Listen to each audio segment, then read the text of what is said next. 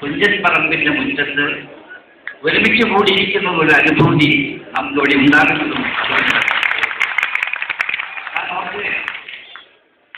93, 91, 92 കാലഘട്ടത്തിൽ ഞാനവിടെ വന്നു. അന്നത്തെ തുഞ്ചൻ പറമ്പ് ഇന്നത്തെ തുഞ്ചൻ പറമ്പ് തമ്മിലുള്ള വ്യത്യാസങ്ങളുണ്ട്.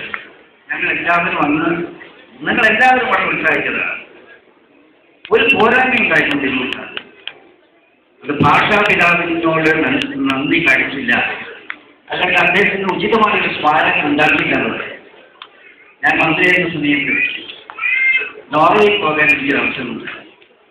ഞാനവിടെ ഹോട്ടലിൽ താമസിച്ച സമയത്ത് ഞാൻ താമസിച്ച ഹോട്ടലിൻ്റെ ആ ഡൈനിങ് റൂമിൽ ഒരു മേശിൻ്റെ മുകളിൽ ഒരു തൊപ്പി വെച്ചു. ഞാൻ അവിടെ പോയി ആ മേശ എടുത്തുപോയി. എന്തായിരുന്നു അറിയാമോ ആ തൊപ്പി? ലോകപ്രസിദ്ധനായ നാടൻ ഇബ്സൻ ആ ഹോട്ടലിൽ നിന്ന് ചായ കുടിക്കാറുണ്ടായിരുന്നു. ഇബ്സന്റെ ഓർമ്മ ലോകത്തിന് മുമ്പിൽ വിളംബരം ചെയ്യാൻ വേണ്ടിയാണ് ഇബ്സന്റെ തൊപ്പി ആ മേശപ്പുറത്ത് വന്നിട്ട് ഞാൻ ഓർക്കുകയായിരുന്നു. ഭാഷാപിതാവിന് ജന്മം നൽകിയ നമ്മുടെ നാട് ഭാഷാപിതാവിന് ഉചിതമായ സ്മാരകം ഉണ്ടാക്കിയെന്ന കാര്യം പലപ്പോഴും ആലോചിച്ചു. അവസാനം എല്ലാവരും പരിശ്രമിച്ചു. MD നേതൃത്വത്തിൽ ചെന്ന് കൊടുക്കാമെന്ന് ഞങ്ങൾ തീരുമാനിച്ചപ്പോൾ ഞങ്ങൾ വിചാരിച്ചത് MD ആലങ്കാരികമായ സ്ഥാനത്ത് നിൽക്കുമെന്ന് മാത്രമാണ്. പക്ഷേ അതിൻ്റെ ആത്മാവ് ഉൾക്കൊള്ളുകയായിരുന്നു MD ചെയ്തത്. അതിനുശേഷം ഇന്ന് ലോകത്തിന്റെ ഏതൊരു ഭാഗത്തു നിന്നും വരുന്ന ആൾക്ക്, മലയാള ഭാഷയുടെ വേരുകൾ തേടി വരുന്ന ഒരാൾക്ക് ഭാഷാസ്നേഹിക്ക് ഒരു തീർത്ഥാടന കേന്ദ്രമായി തുഞ്ചൻ പറമ്പ് മാറ്റിയെടുക്കാൻ നമുക്ക് സാധിച്ചു. എല്ലാവർക്കും കൊടുക്കാത്ത മുഖാനിക്കാൻ കഴിയുന്നതായിരുന്നു. ഗ്രാജുവേറ്റ് സ്മരണം പറഞ്ഞു. അതിനുവേണ്ടി ഒരു ടൗൺ ഹാളിൽ ഓർമ്മകൾക്കും മറ്റ് കാര്യങ്ങളിലെല്ലാം തന്നെ നാം ചെയ്തുകൊണ്ടിരിക്കും. ആ സ്വഭാവത്തിൽ തിരൂരിന്റെ സാംസ്കാരിക പശ്ചാത്തലം നമുക്ക് സന്തോഷം നൽകുന്ന, അതുപോലെ തന്നെ സൗഹാർദ്ദത്തിന്റെ കാര്യം കൂടെ പറഞ്ഞു. എന്താണ് നമുക്ക് സംഭവിക്കുന്നത്? നമ്മൾ കേരളം വളരെ വളരെ മുന്നോട്ട് പോയിരിക്കുന്നത് ശരിയാണ്. പക്ഷെ ചില കാര്യങ്ങൾ കേരളം പുറകോട്ട് തെറ്റി നടക്കുകയാണ്. അതിൽ പെട്ടതാണ് ജനങ്ങൾ ഓരോരോ കമ്പാർട്ട്മെന്റിൽ വേർതിരിഞ്ഞ് നിൽക്കുന്നു എന്ന കാര്യം. പണ്ടങ്ങനെയായിരുന്നില്ല. കാലത്തിന്റെ വ്യത്യാസമായിരിക്കും. പണ്ട് വായനശാലകളുണ്ടായി, അവിടെ കൂടിയിരിക്കാറുണ്ടായി. ജാതിയോ മതോ പാർട്ടിയോ നോക്കാറുണ്ട്. വായനശാലയിൽ കല്ലുണ്ടായിരുന്നു. ചെറിയ പാട്ടവളത്തിന്റെ ചുറ്റും കൂടി ആളുകൾ സംസാരിക്കാറുണ്ടായിരുന്നു. നദി പുഴക്കരയിലുള്ള മാടുകളുണ്ടായിരുന്നു. പുഴക്കരയിലുള്ള അവിടെ വർത്തമാനം ജീവിക്കാറുണ്ടായിരുന്നു. അമ്പലക്കുറ്റങ്ങളുണ്ടായിരുന്നു. ഒട്ടും ഒരുമിച്ച് ചേരാത്ത പേരുകളുണ്ടായിരുന്നു. കാലമൊക്കെ തന്നെ മാറ്റി ഓരോരുത്തരും ഓരോ അറിവിൽ നിർത്തിയിരിക്കുക. ഇതുപോലുള്ള കൂട്ടായ്മകൾ അപൂർവം ചെലുത്തുന്നുണ്ട്. അത് നിങ്ങൾ ശരിക്കും പറഞ്ഞാൽ ഒരു മാതൃകയായിട്ടാണ്. ആ വിധത്തെ നോക്കുകയാണെങ്കിൽ നമുക്ക് സ്വന്തമായി അഭിമാനിക്കാൻ കഴിയുന്ന ആ പൈതൃകത്തിന്റെ നന്മകൾ കാത്തു സൂക്ഷിക്കണമെന്ന ആഗ്രഹം നിങ്ങൾക്കുണ്ടെന്നത് ഏറ്റവും സന്തോഷമുള്ള. ഇന്ന് നിങ്ങൾ അവാർഡ് ശ്രീ ഗോകുമാർ തരുന്നു. ശ്രീ ഗോകുമാർ എന്നെ വളരെ അടുത്ത് ചെയ്യുന്നുണ്ട്. അതുകൊണ്ടല്ല ഞാൻ പറയുന്നത്. ഞാൻ ശ്രീ ഗോകുമാറിന് പഠിച്ച ഒരു പുത്രവും നമ്മുടെ നാട്ടിൽ ഇന്ന് നിങ്ങൾക്കറിയാം ഒരുപാട് TV, എല്ലാ TVയിലും സ്ഫോടനാത്മകമായിട്ടുള്ള വാർത്തകൾ, ബ്രേക്കിംഗ് ന്യൂസ്, അല്ലെങ്കിൽ അതുപോലെ സംഗതികൾ വന്നുകൊണ്ടേയിരിക്കും. പക്ഷേ ഒരു സംശയം മാത്രം ബാക്കി നിൽക്കുന്നു. ഈ വാർത്തകൾ കൊടുക്കുന്ന ആളുകൾക്ക് അതിൻ്റെ സത്യാവസ്ഥ ഉടമസ്ഥാവകാശം ഏറ്റെടുക്കാൻ ധൈര്യമുണ്ടോ എന്ന് ചോദിച്ചാൽ ആ ഉത്തരവാദിത്വം നമുക്കില്ല. അതവരെ വാർത്ത കൊടുക്കുന്നു. ബ്രേക്കിംഗ് ന്യൂസ് ആവട്ടെ, മറ്റു സംഗതിയാവട്ടെ, അതെന്തെല്ലാം അനന്തര ഫലങ്ങൾ ഉണ്ടാക്കിയാലും അതവർ ഏറ്റെടുക്കാൻ പഠിക്കുന്നു. എന്നാൽ താൻ കൊടുക്കുന്ന വാർത്തയുടെ ഉടമസ്ഥാവകാശവും അതിൻ്റെ സത്യാവസ്ഥയുടെ സ്ഥാപനവും തൻ്റെ ഉത്തരവാദിത്തമാണെന്ന് ഉറക്കെ പ്രഖ്യാപിക്കാൻ ധൈര്യം കാണിച്ച പത്രപ്രവർത്തകനാണ്. അതുകൊണ്ടാണ് വേറൊരു പത്രപ്രവർത്തകനായിരുന്നു.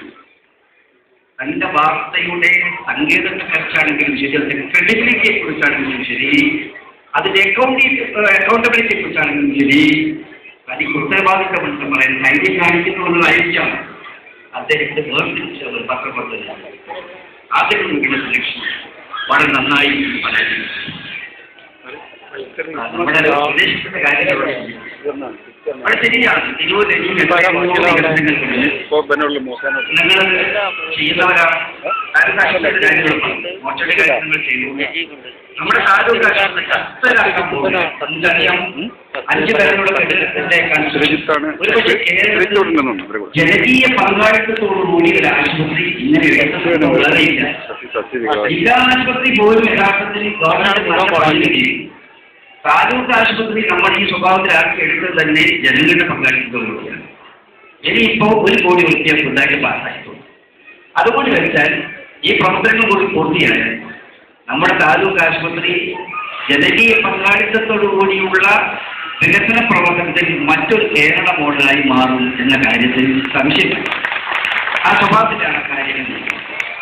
അതുപോലെ ഇനി ഒരുപക്ഷെ നിങ്ങൾ നാട്ടിൽ വരുമ്പോഴത്തേക്കും ശമ്പളങ്ങൾ നിർണ്ണയിച്ച് തുറന്നു കൊടുക്കുന്ന സന്ദർഭമായി തീരുമെന്ന് എനിക്ക് തോന്നുന്നു.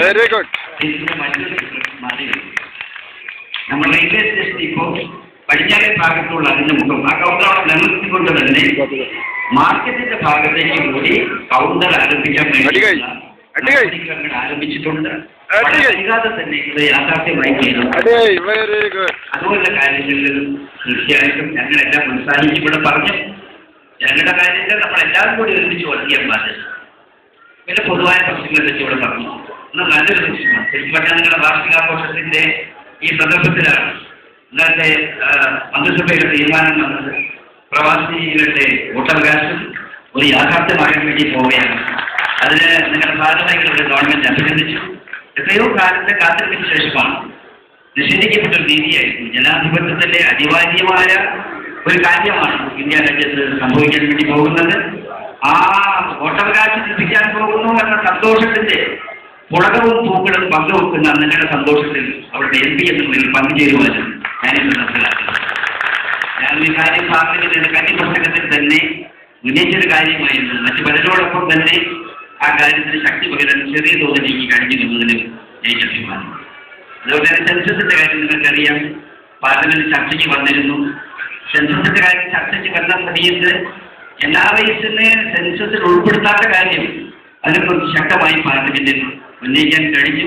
ഇനി കിട്ടുന്ന വേദികളിൽ തീർച്ചയായിട്ടും അത് ഉന്നയിക്കുന്നതാണ് കൂടി പറയാൻ ഞാൻ ആഗ്രഹിക്കുന്നു.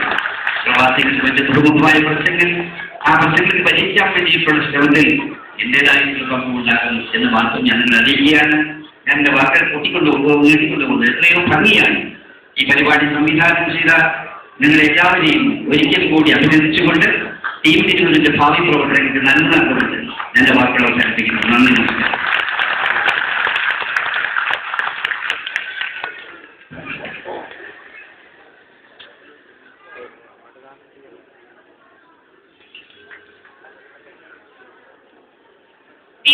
ിന് മുമ്പ് ഒരു അനൗൺസ്മെന്റ് ഉണ്ട്. ഒരു അബ്ദാബി രജിസ്ട്രേഷൻ കാർഡ് 5682 അസോസിയേഷന് മുന്നിൽ പാർക്കിംഗ് ചെയ്ത് വഴി ബ്ലോക്ക് ചെയ്തിരിക്കുകയാണ്. നിങ്ങൾ ഇതിന്റെ ഓർഡർ ആ വഴി മാറ്റി കൊടുക്കേണ്ടതാണ്.